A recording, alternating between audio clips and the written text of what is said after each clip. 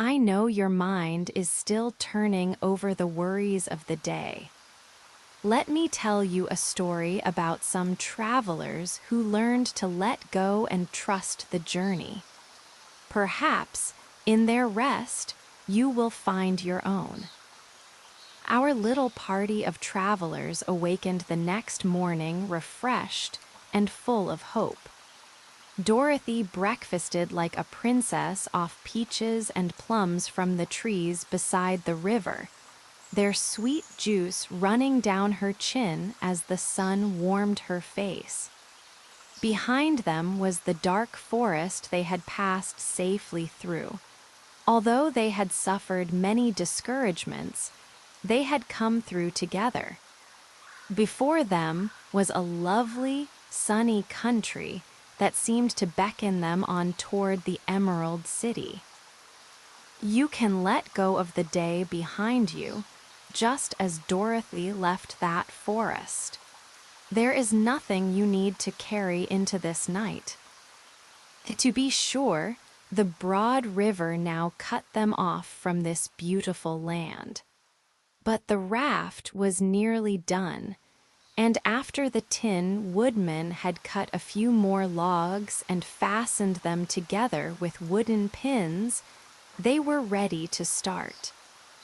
Dorothy sat down in the middle of the raft and held Toto in her arms. When the Cowardly Lion stepped upon the raft, it tipped badly, for he was big and heavy. But the Scarecrow and the Tin Woodman stood upon the other end to steady it, and they had long poles in their hands to push the raft through the water. They got along quite well at first, but when they reached the middle of the river, the swift current swept the raft downstream, farther and farther away from the road of yellow brick. And the water grew so deep that the long poles would not touch the bottom. Feel how the water moves, how it carries them without their having to struggle. Sometimes we are swept along by forces we cannot control, and that is all right. "This is bad," said the Tin Woodman, "for if we cannot get to the land, we shall be carried into the country of the Wicked Witch of the West, and she will enchant us and make us her slaves." "And then I should get no brains," said the Scarecrow. "And I should get no courage," said the Cowardly Lion.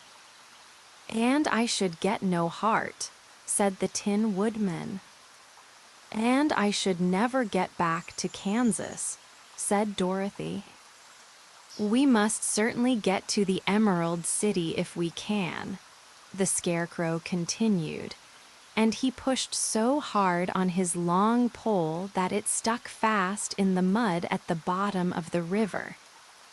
Then, before he could pull it out again, or let go, the raft was swept away, and the poor Scarecrow was left clinging to the pole in the middle of the river.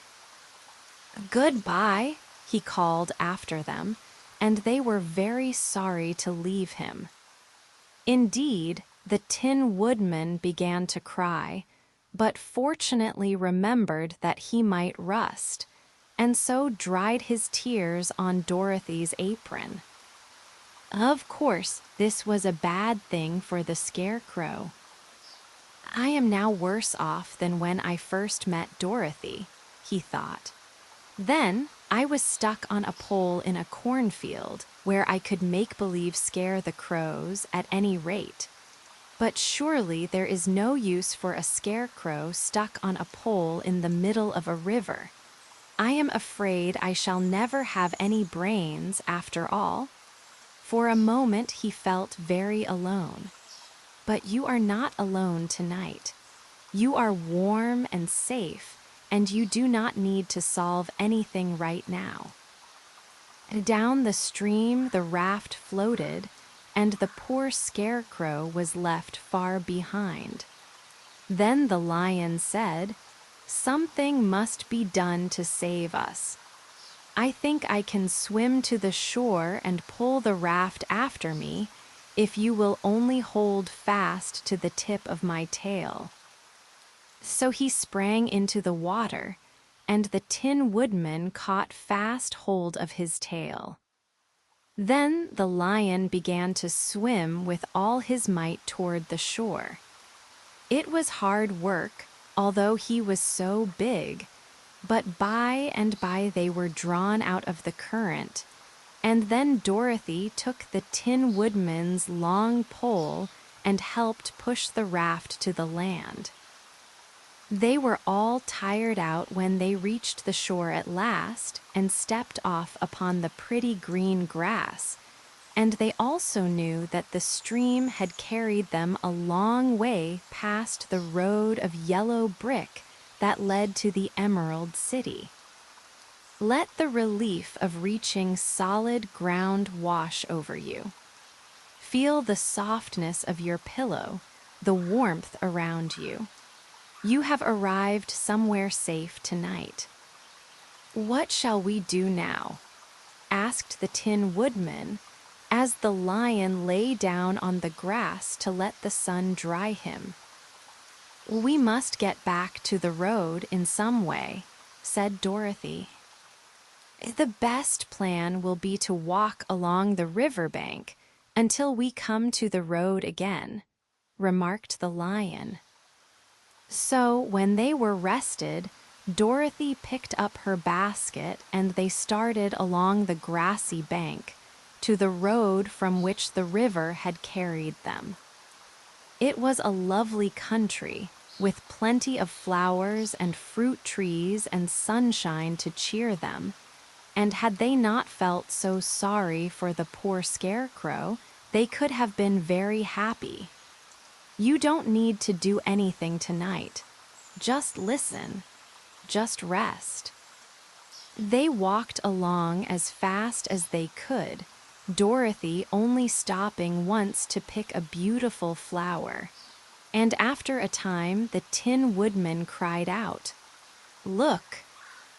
Then they all looked at the river and saw the scarecrow perched upon his pole in the middle of the water, looking very lonely and sad. "What can we do to save him?" asked Dorothy. The lion and the woodman both shook their heads, for they did not know. So they sat down upon the bank and gazed wistfully at the scarecrow until a stork flew by, who, upon seeing them, stopped to rest at the water's edge. "Who are you and where are you going?" asked the stork. "I am Dorothy," answered the girl, "and these are my friends, the Tin Woodman and the Cowardly Lion, and we are going to the Emerald City." "And this isn't the road," said the stork, as she twisted her long neck and looked sharply at the queer party. "I know it," returned Dorothy, "but we have lost the scarecrow and are wondering how we shall get him again." "Where is he?" asked the stork. "Over there in the river," answered the little girl. "If he wasn't so big and heavy, I would get him for you," remarked the stork. "He isn't heavy a bit," said Dorothy eagerly, "for he is stuffed with straw, and if you will bring him back to us, we shall thank you ever and ever so much."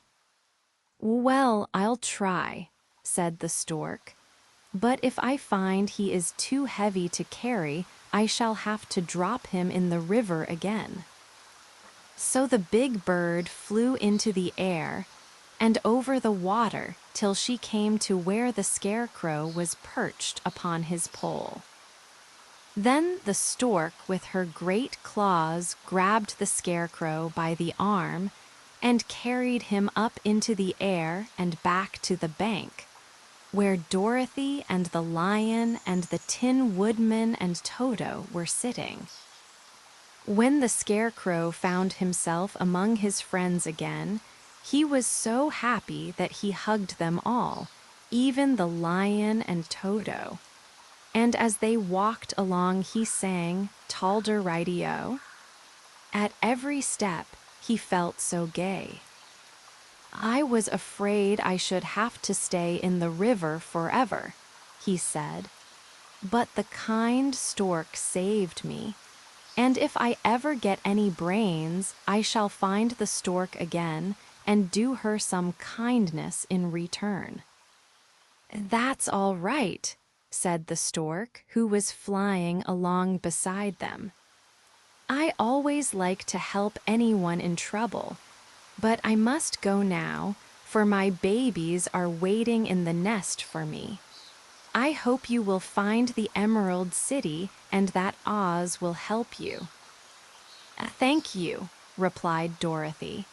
And then the kind stork flew into the air and was soon out of sight. They walked along listening to the singing of the brightly colored birds and looking at the lovely flowers which now became so thick that the ground was carpeted with them. There were big yellow and white and blue and purple blossoms, besides great clusters of scarlet poppies, which were so brilliant in color they almost dazzled Dorothy's eyes. "Aren't they beautiful?" the girl asked, as she breathed in the spicy scent of the bright flowers. "I suppose so," answered the Scarecrow. "When I have brains, I shall probably like them better." "As if I only had a heart, I should love them," added the Tin Woodman. "I always did like flowers," said the lion. "They seem so helpless and frail, but there are none in the forest so bright as these." They now came upon more and more of the big scarlet poppies, and fewer of the other flowers, and soon they found themselves in the midst of a great meadow of poppies. Now it is well known that when there are many of these flowers together, their odor is so powerful that anyone who breathes it falls asleep. And if the sleeper is not carried away from the scent of the flowers, he sleeps on and on forever. But Dorothy did not know this, nor could she get away from the bright red flowers that were everywhere about. So presently her eyes grew heavy, and she felt she must sit down to rest and to sleep. Let your breath slow just like Dorothy's did. Feel the heaviness in your limbs, the soft invitation to let go. But the Tin Woodman would not let her do this. "We must hurry and get back to the road of yellow brick before dark," he said, and the Scarecrow agreed with him. So they kept walking until Dorothy could stand no longer.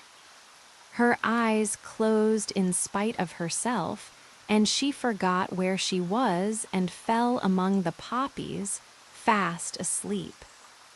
"What shall we do?" asked the Tin Woodman. "If we leave her here, she will die," said the lion. "The smell of the flowers is killing us all. I myself can scarcely keep my eyes open, and the dog is asleep already." It was true. Toto had fallen down beside his little mistress. But the Scarecrow and the Tin Woodman, not being made of flesh, were not troubled by the scent of the flowers. "Run fast," said the Scarecrow to the lion, "and get out of this deadly flower bed as soon as you can. We will bring the little girl with us, but if you should fall asleep, you are too big to be carried." So the lion aroused himself and bounded forward as fast as he could go. In a moment, he was out of sight. "Let us make a chair with our hands and carry her," said the Scarecrow. So they picked up Toto and put the dog in Dorothy's lap, and then they made a chair with their hands for the seat and their arms for the arms, and carried the sleeping girl between them through the flowers. On and on they walked, and it seemed that the great carpet of deadly flowers that surrounded them would never end. They followed the bend of the river, and at last came upon their friend the lion, lying fast asleep among the poppies.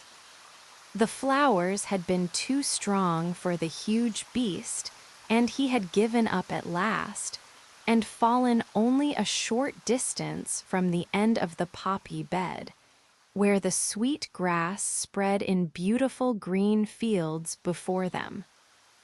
"We can do nothing for him," said the Tin Woodman sadly, "for he is much too heavy to lift. We must leave him here to sleep on forever, and perhaps he will dream that he has found courage at last." "I'm sorry," said the Scarecrow. "The lion was a very good comrade for one so cowardly, but let us go on." They carried the sleeping girl to a pretty spot beside the river, far enough from the poppy field to prevent her breathing any more of the poison of the flowers, and here they laid her gently on the soft grass and waited for the fresh breeze to waken her. And there she rests, safe and unharmed, while the wind whispers over her. Tomorrow, we will follow Dorothy as she wakes and meets new friends on the yellow brick road. Share this story with someone who needs rest, and subscribe to Sleep Factory for more. You have done enough tonight. Rest now. Sleep well, dear friend.